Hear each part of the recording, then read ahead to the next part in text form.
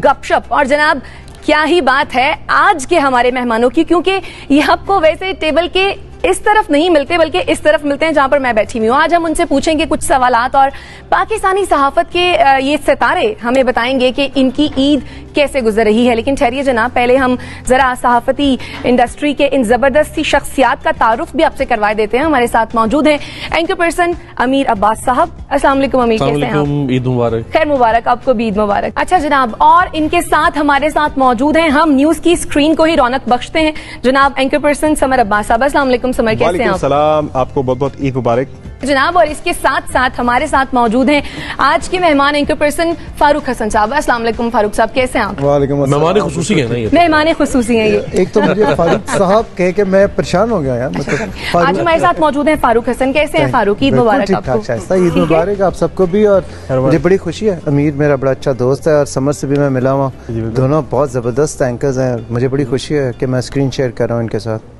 अच्छा जबरदस्त। अच्छा हमारे लिए ये एजाज की बात है जी, हम आपको देखते रहे जी और बड़े तो टाइम से देखते रहे, बचपन से देखते आ रहे हैं। हम जवान हो गए और आप अभी तक तुमने खासतौर पर इजाजत देख लें। मैंने इनसे इजाजत दी कि मैं ये कह सकती हूँ कि हम बचपन से आपको देखते रहे। मैंने राज और न्याज की बातें मैंने कहा था करेंगे, वो फारूक भाई से ही हमने कुछ सवालात पूछने, और अगर आज हमने ना पूछे नहीं तो टीवी देखने वाले जो नाजरीन है, आज के शो देखने वाले, वो हमें छोड़ेंगे नहीं। मैंने बिल्कुल इजाजत है। 99.9% लोगों के जहनों में ये सवाल जरूर होगा। आप जिस तरह पॉलिटिशियंस को ग्रिल कर रहे होते हैं, भाई ऐसा क्या है कि हम छोटे थे, आप ऐसे ही थे, हम बड़े हो गए, आप वैसे के वैसे ही माशाल्लाह से अपने आप को अपने जबरदस्त नौजवान ही रखा और आप मजीद बड़े हो रहे हैं।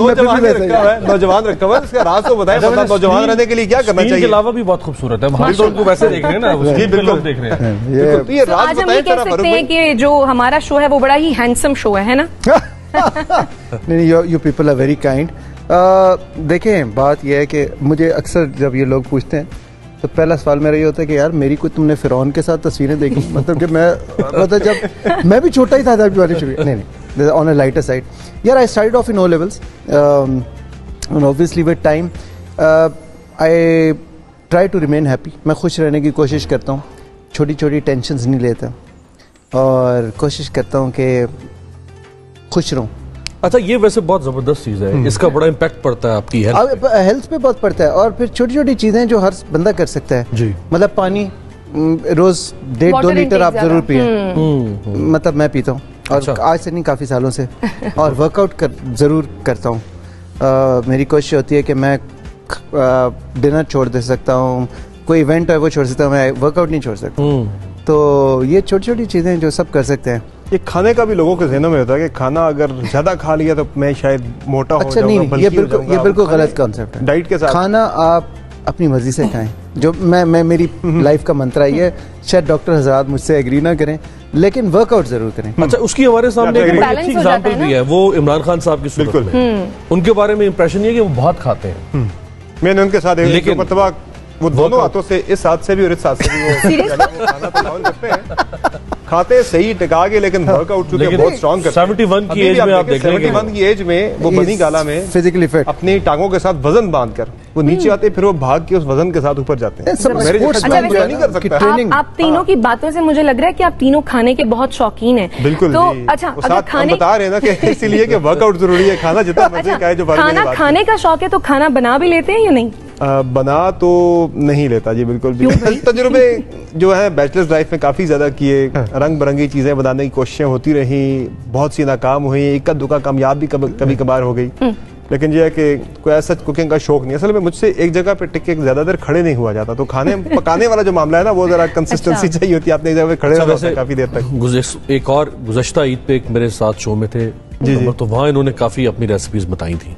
सीरियसली ये खाने की रेसिपी आप मुझसे कुछ छुपा रहे हैं, और अगर आप नहीं बता रहे तो ये ज्यादती है। सीरियल्स वगैरह दूध में डाल अंडा बॉईल करने का तरीका। अच्छा, अंडा बॉईल करने की रेसिपी वो मैंने इनसे सीखी है। अंडा बॉईल करने की रेसिपी जो मैं तो खैर इससे भी बाप रहा हूँ। अच्छा, यानी कभी किचन में नहीं गए? सवाल ही पता नहीं होता है। और कभी खाना नहीं बनाया? सवाल ही पता नहीं होता। जैसे कभी होता है ना कि बेगम के सर में दर्द है, बेगम कहती है कि यार कुछ बना दो, तो कभी भी नहीं? जब बेगम के सर में दर्द होगा इसका मतलब आपके सर में भी दर्द हो रहा है।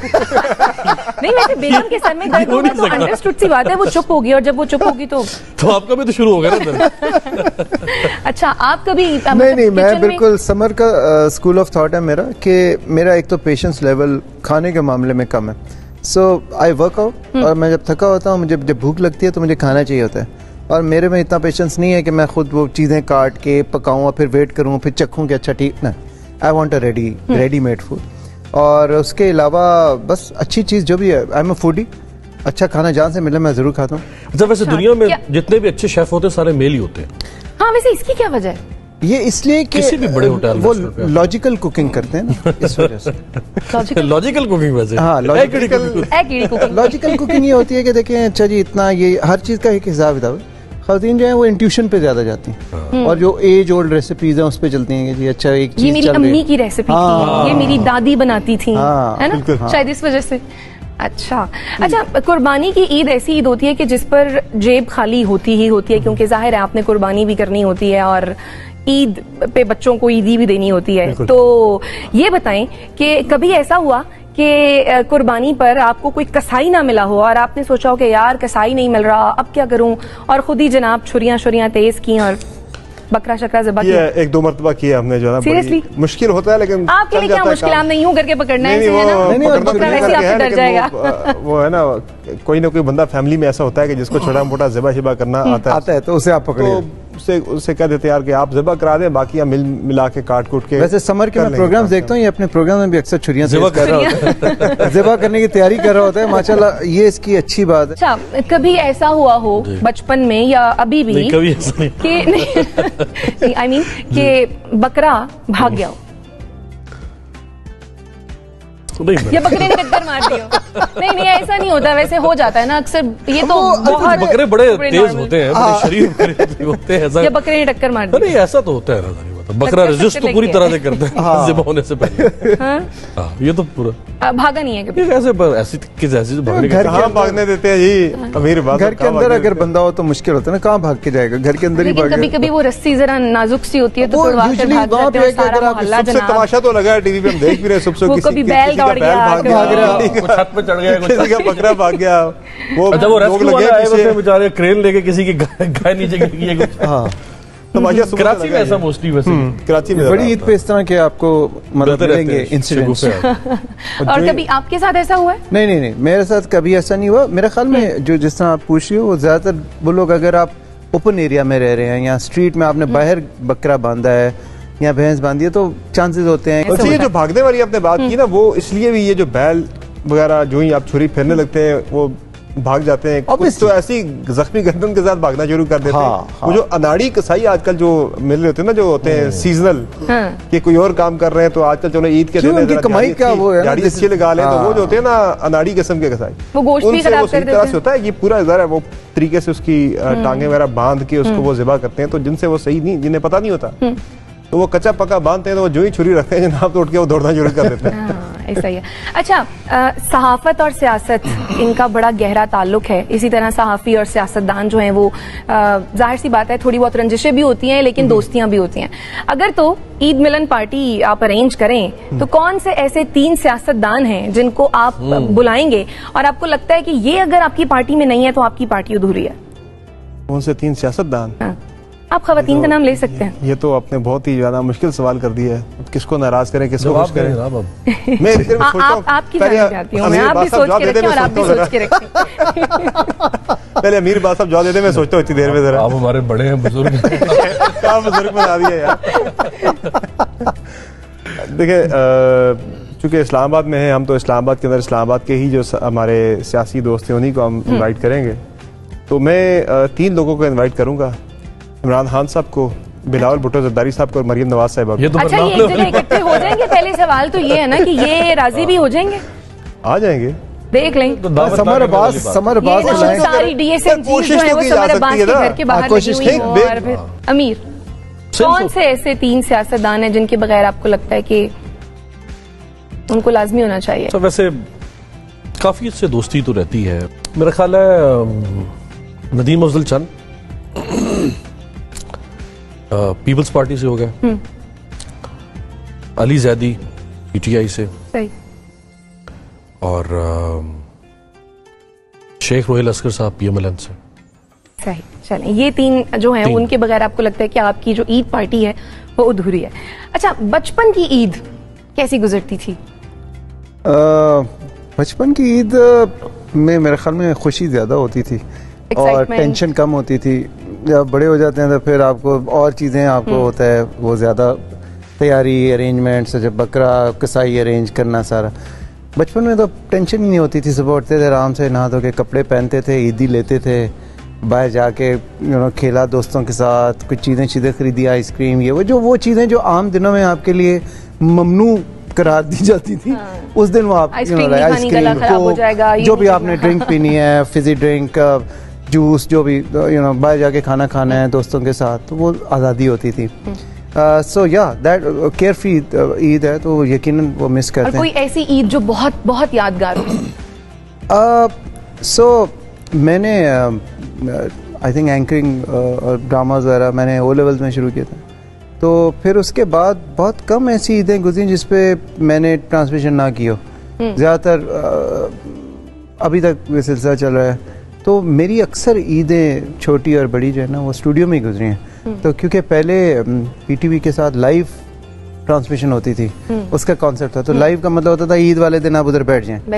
हाँ, और वो लाइव जा रहा होता। अच्छा, रिकॉर्डेड का कॉन्सेप्ट तो आई थिंक 5-7 साल 8 साल 10 साल पहले शुरू हुआ, उससे पहले लाइव ईद वाले दिन। तो वो अक्सर ईदें वहीं पे स्टूडियो, तो उसकी एक डबल होता था कि एक तो बहुत से ऐसे लोग जिनसे आप पूरा साल नहीं मिल सके, तो एज ए गेस्ट आ जाते थे, सेलिब्रिटीज, एक्टर्स, वैसे हर बंदा बिजी होता है रिकॉर्ड, तो आपने वहीं पे मिल लिया, साथ ही बाबी को भी खाया, ईद भी मिले, खुशी।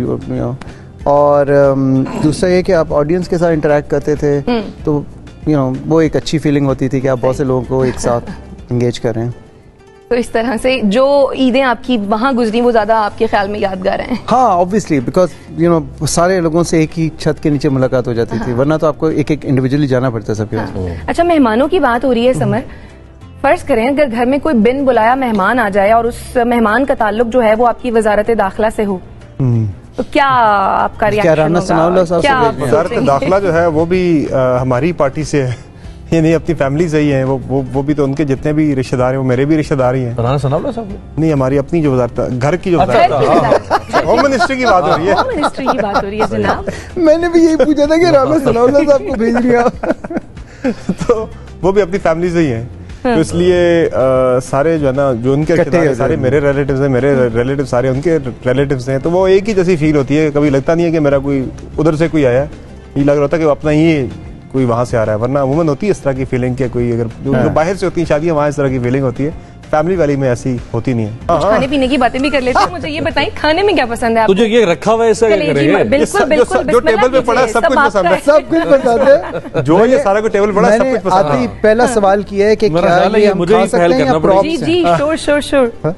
तो खाने में यार सब कुछ, बारबेक्यू, बड़ी ईद पे तो बारबेक्यू, मैं सारी cuisine, I am a foodie, hardcore foodie, और मैं हर कुजीन पाकिस्तानी देसी तो खाता ही खाता हूँ, उसके अलावा Chinese, Thai, Japanese, Italian, steaks, कुछ भी खाना अच्छा होना चाहिए, बस खाना होना चाहिए, ढूंढ के जगह। और ये मेरे बड़े अच्छे दोस्त हैं, आजकल वजीर भी हैं वो, फैसल सजवारी, उनको भी खाने का बहुत शौक है, और वो हालांकि डाइट से उनकी नहीं लगता, लेकिन उनको अच्छा खाने का शौक है, तो वो ढूंढ के जगह लाते हैं कि यार फलानी जगह की कढ़ाई खाई है तुमने, अच्छा, फलानी जगह का तुमने वो सूप पिया है, वो चाइनीज रेस्टोरेंट, तो वो मुझे नहीं होता जिनका, और फिर मैं भी उन्हें इसी तरह सजेस्ट करता हूँ।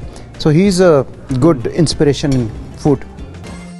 प्रोग्राम में एक मरतबा फिर आपको खुशामदीद कहेंगे। अच्छा समर, कभी ऐसा हुआ हो कि किसी मेहमान को आपने स्पेशली इनवाइट किया हो कि यार आओ आज तुम और मैं खाना बनाता हूँ तुम्हारे लिए, कभी ऐसा हुआ है?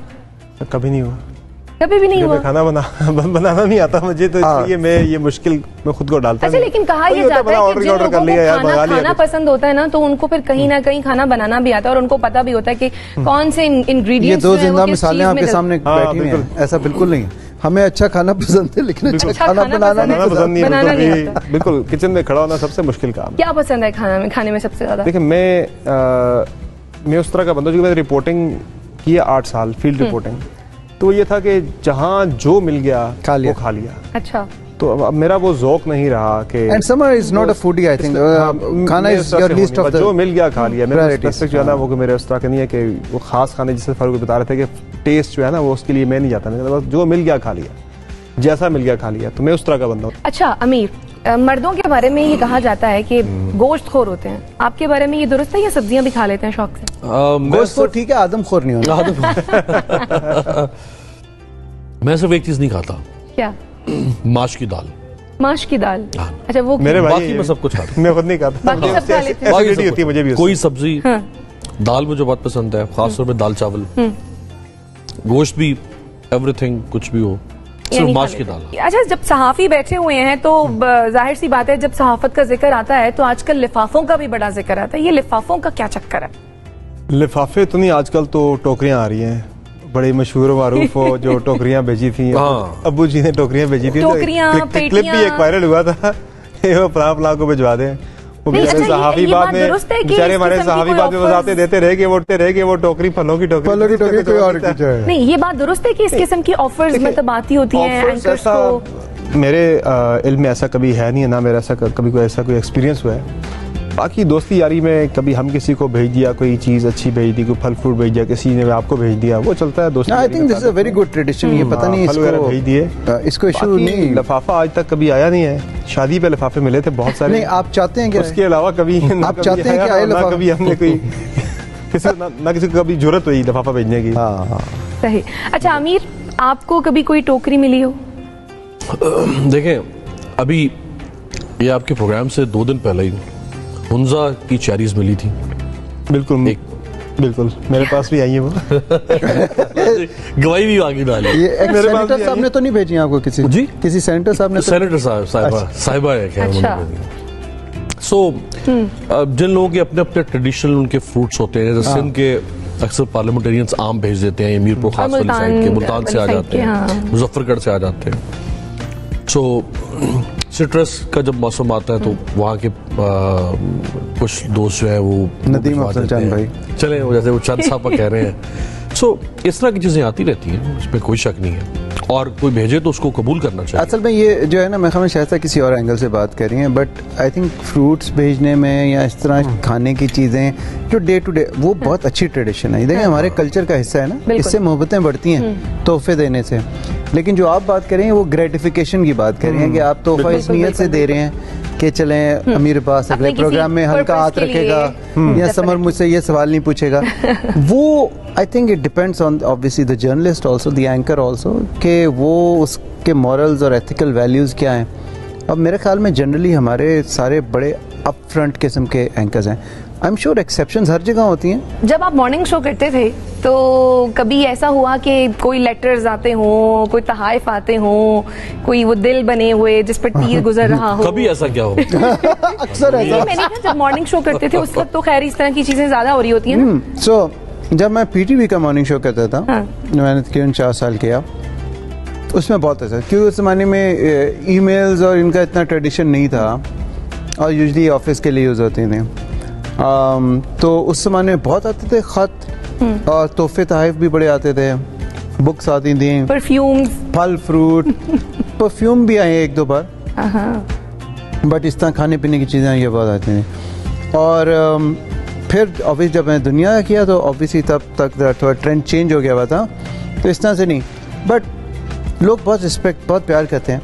हमारे ये पाकिस्तानियों की ख़ास एक अच्छी आदत है कि आप जहाँ भी चले जाएं they give you a lot of love, lot of respect, और I think that's all what you need। बिल्कुल बिल्कुल। अच्छा समर, कौन सा ऐसा सियासतदान है कि जिसको देखकर आपके माइंड में आता है कि वो पाँव पर कुल्हाड़ी मारना, अगर ये आपसे मैं पूछूं कि ये सुनकर कौन सा सियासतदान है जो आपके माइंड में आता है? देखिए, पहले तो मियां नवाज शरीफ साहब बड़े मशहूर थे पाँव पे कुल्हाड़ी मारने की, इस वजह से कि वो अक्सर पाँव पे कुल्हाड़ी मार दिया करते थे अपने। अब रिसेंटली खान साहब जो हैं वो काफी कुल्हाड़ियां चला रहे हैं अपने पाँव के ऊपर, बार बार। सही। एक मरतबा नहीं, बार बार चला रहे हैं। यानी नवाज शरीफ और इमरान खान आपके नजदीक इन दोनों, ये 2 हैं, ये आपके दिमाग में है। ठीक है। अच्छा, किस सियासतदान को आप मशवरा देंगे कि उसे सियासत अब छोड़ देनी चाहिए?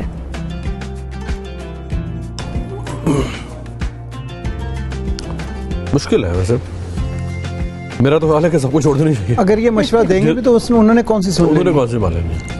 मेरा ख्याल है हमारे जितने भी पॉलिटिशियन जो पिछले 25-30 साल से हैं पॉलिटिक्स में, उन सबको छोड़ देनी चाहिए। हाँ, और लोगों को आने दें, फ्रेश ब्लड आने दें पॉलिटिक्स में। और जो लोग पिछले 25-30 साल से हैं, वो उनसे कोई एक्सपेक्टेशन नहीं है अब लोगों को। फ्रेश लोग आएंगे, हो सकता है वो और थॉट्स के साथ आए, मॉडर्न पॉलिटिकल थॉट्स के साथ आए, शायद वो कुछ नया करके दिखाएं। इसलिए मैं समझता हूँ कि सबको छोड़ देनी चाहिए। चौधरी सारा अली खान को छोड़ देनी चाहिए मेरे हिसाब से। आजकल नजर भी नहीं आ रहे हैं ना।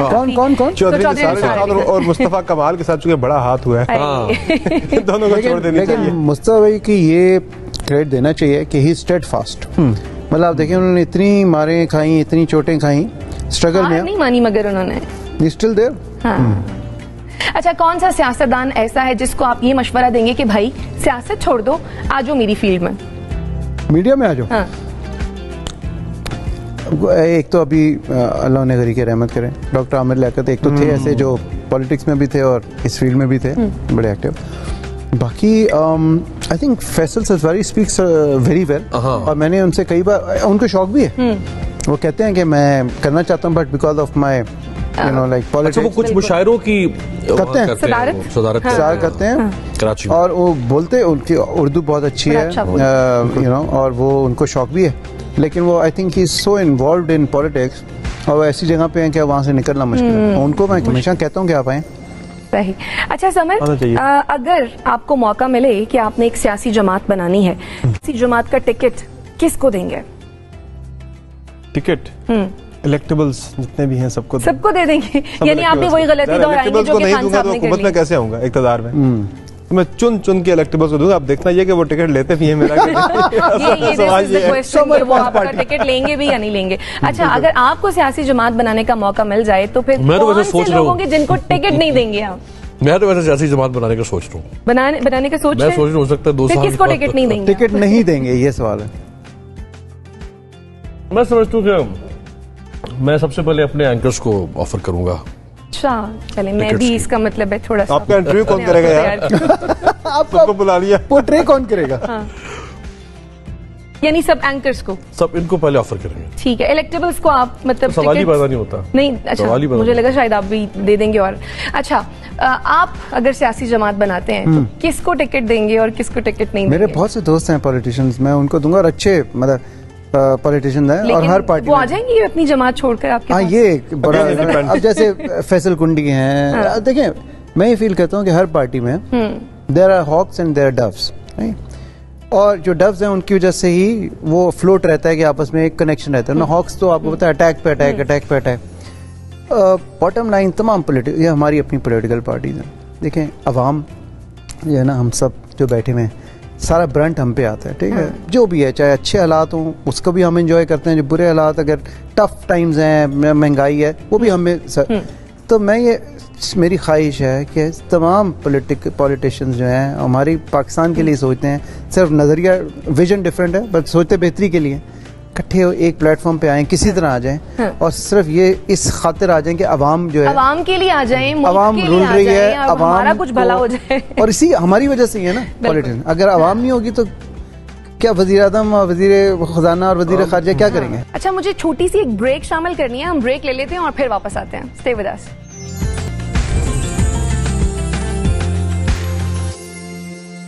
Welcome back. अच्छा समर, आपके ख्याल में आजकल किसका सर जो है वो और घी में और कढ़ाई में, 5 उंगलियां भी घी में और सर कढ़ाई में? मौलाना फजलुर रहमान साहब का। वो कैसे? वो तो बेचारे 14 सीटों के साथ 4-5 वजारतें, डिप्टी स्पीकरशिप भी ले ली उन्होंने, बलूचिस्तान की गवर्नरशिप वो तलाश कर रहे हैं। लेकिन एक दुख उनका अभी भी रह गया होगा, तलाश कर रहे हैं। I hope you are getting me. इतना कुछ ले एक दुख उनका फिर भी रहता है, कम से कम सीटों के साथ उनकी अपनी सदारत का दुख उनकी अपनी सदारत का दुख। सदर बन पा रहे, वो भी हाँ सदर बनना चाहते थे, वो हो जाता तो फिर तो सर कढ़ाई में तब होता थे कि फिर सर कढ़ाई फिर सर कढ़ाई में अभी 5 उंगलियां घी में है ना, अभी तो वो आपके ख्याल में? सर वो जलते हुए तेल की कढ़ाई में नहीं, तेल ठंडा हो गया। तेल ठंडा हो गया। 5 उंगलियां घी में और सर कढ़ाई में, किसका है आजकल? मेरा ख्याल है पीपल्स पार्टी है। ठीक है ना, वो उन्होंने जरदारी साहब ने बड़ी स्मार्ट गेम की है। उन्होंने सारे सारा नजला गिर रहा है शहबाज शरीफ के ऊपर।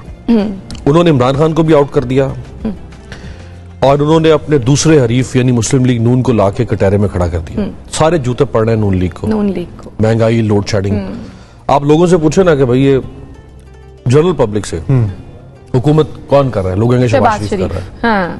अच्छा, हालांकि आधी हुकूमत तो आसिफ जरदारी के पास है, स्पीकर नेशनल असेंबली उनके पास है। वजारतें बड़ी इंपॉर्टेंट, फॉरेन मिनिस्ट्री सबसे इम्पोर्टेंट, फॉरेन मिनिस्टर। अच्छा, आपके नजदीक किसकी पांचों उंगलियां जो हैं वो घी में? मैं बिल्कुल एग्री करूंगा मेरे बात से कि आई थिंक पीपल्स पार्टी, आसिफ अली जरदारी साहब, president Asif Ali Zardari, I think he is played it very well कि he is gotten what he wanted and ये सब कुछ होते हुए भी वो बैक उस पे हैं। अब ऑब्वियसली कुछ स्टेप्स हैं जो इम्पेरेटिव हैं, जैसे IMF की जो शराइत है वो पूरी करनी है, उसके लिए तेल भी महंगा करना है, बिजली महंगी करनी है, तो वो सारा ब्रंट आएगा जो सिटिंग गवर्नमेंट है, जो प्राइम मिनिस्टर है उन पे।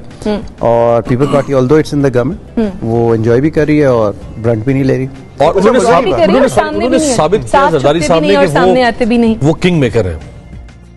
अच्छा, यानी मान लिया है सबने अब, है ना इस बात? पार्लियामेंट्री पॉलिटिक्स का बादशाह है नो डाउट। जब तक खान साहब हटे नहीं थे तो आप देखते थे रोजाना शरीर रहमान साहब बड़े दबंग बयानात दे रही होती थी खान साहब की गवर्नमेंट के खिलाफ, शाजिया मरी सारे। आजकल आप देखें तो शरीर रहमान साहब जब से गवर्नमेंट बनी है वो मौसम का हाल बता रही होती है कि अगले हफ्ते बारिशें होनी है, क्लाइमेट चेंज कैसा होना है, वो मौसम पे लगी है।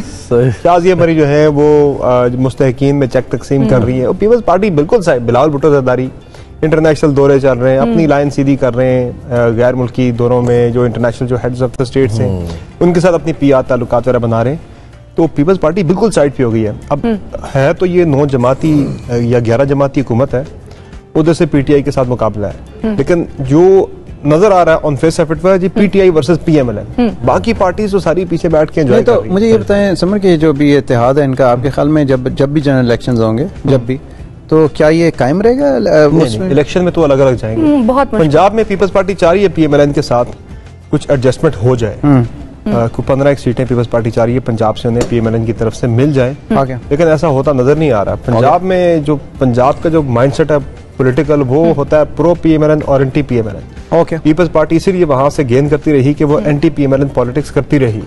जब से प्रो PMLN हुई उनकी सियासत बिल्कुल खत्म हो गई। पंजाब में जो एंटी PMLN वाले थे उन्होंने रिफ्यूज ले लिया जाके खान साहब के पास कि वो एंटी PMLN पॉलिटिक्स कर रहे थे, तो डैमेज किया पीपल्स पार्टी ने काफी। पंजाब में वर्कर आज भी नून लीग को एक्सेप्ट नहीं कर रहा पीपल्स पार्टी का। लेकिन पीपल्स पार्टी साउथ में भी अच्छी इनकी प्रेजेंस है, और जैसे पंजाब सेंट्रल में भी कायरा साहब हैं, चंद साहब हैं, मतलब कुछ बड़े अच्छे स्टॉलवर्ड्स हैं इनके पास। अभी ये जो बाई इलेक्शन हो रहे हैं 17 तारीख को, कुछ दिन के बाद ईद से, अब तो उसमें पीपल्स पार्टी ने अपने सारे कैंडिडेट्स विड्रॉ कर लिए वो PMLN के फेवर में। सो जरदारी साहब ने देखे यहाँ पे भी बड़ी स्मार्ट मूव किया।